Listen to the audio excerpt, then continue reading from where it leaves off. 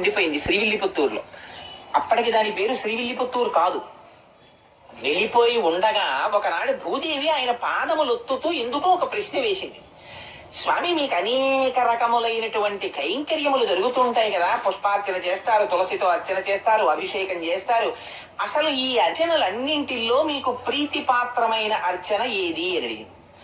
అడిగినది భూదేవి అడిగింది కనుక ఆయన అన్నారు, నాకు పుష్పార్చన ప్రీతి అన్నారు. పుష్పాలు ఎక్కడి నుంచి రావాలి? భూమిలోంచి రావాలి.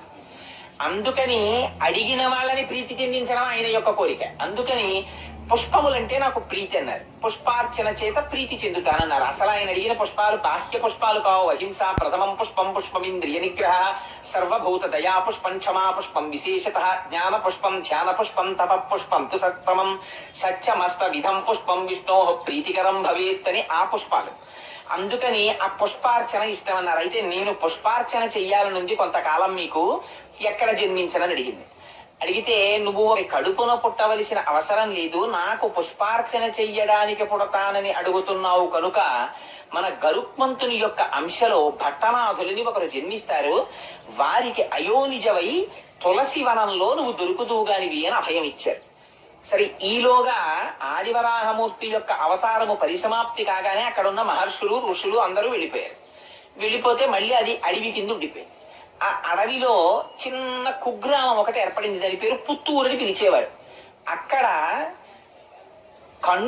కండువు అనబడేటటువంటి పేరు కలిగినటువంటి వాడు, విల్లి అని పేరు కలిగినటువంటి వాడు, ఇతర ఆటవికులు సోదరులు ఉండేవారు. వాళ్ళిద్దరూ రోజు జంతువుల్ని వేటాడి ఆ మాంసం తెచ్చుకు తినేవారు. వాళ్ళిద్దరూ ఒక రోజున ఒక పులిని వేటాడడానికని బయలుదేరారు. ఆ పులి పరిగెత్తింది ఒక గుహ వైపు. అటువైపుగా ఈ విల్లి అన్నవాడు పరిగెత్తాడు, కండు అన్నవాడు పరిగెత్తాడు.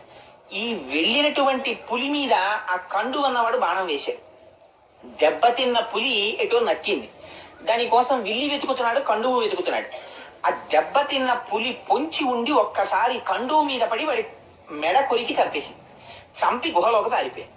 ఈ విల్లి ఆ చనిపోయినటువంటి కండువు శరీరం మీద పడి ఏడుస్తున్నాడు, అయ్యో నువ్వు పులి చేతిలో మరణించావని. అక్కడే ఉంది ఆలయం, అందులో ఉన్నారు స్వామి.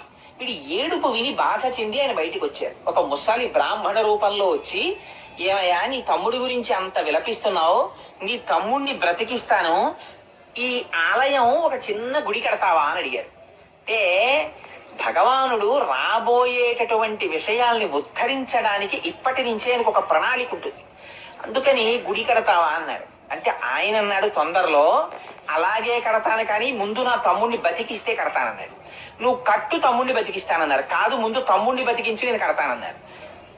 సంకల్పం చేస్తే ఎంతసేపు అండి? ఆ పిల్లాడు ఆయన బతికాడు. ఇప్పుడు గుడి కట్టన్నారు. అప్పుడు అన్నాడు, అయ్యో మా తమ్ముడి కోసం అన్నాను కానీ గుడి కట్టడానికి డబ్బులు ఉండాలి, వేటగానే నా దగ్గర డబ్బు ఎక్కడ ఉంది అన్నాడు. ఆయన అన్నారు, గుహలో పులి దూరింది కదా, లోపలికి వెళ్ళి పులిని చంపు, ఆ గుహలో నిధులున్నాయి, ఆ నిధి పట్టుకొచ్చి గుడి కట్టన్నారు.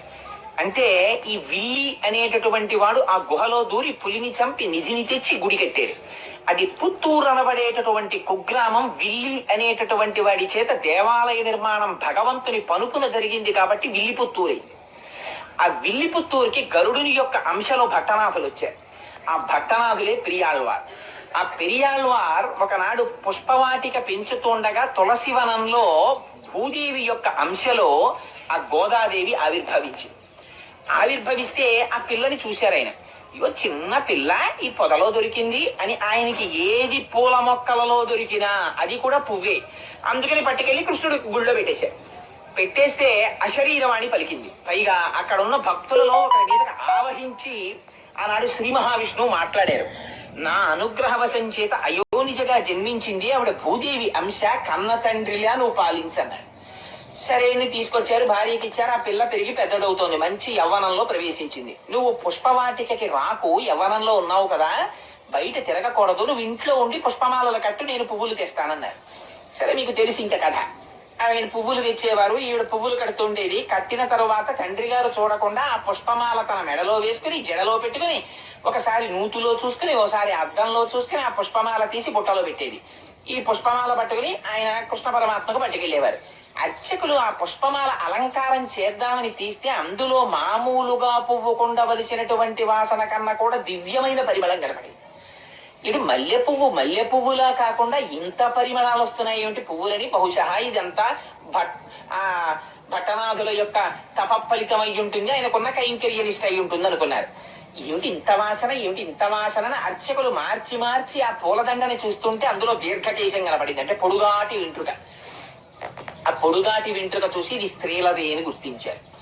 స్త్రీల వెంట్రుక పూలదండలోకి ఎందుకు వచ్చింది? భట్టనాథులు వేరొక స్త్రీ అలంకరించుకున్న దండ పట్టుకురారు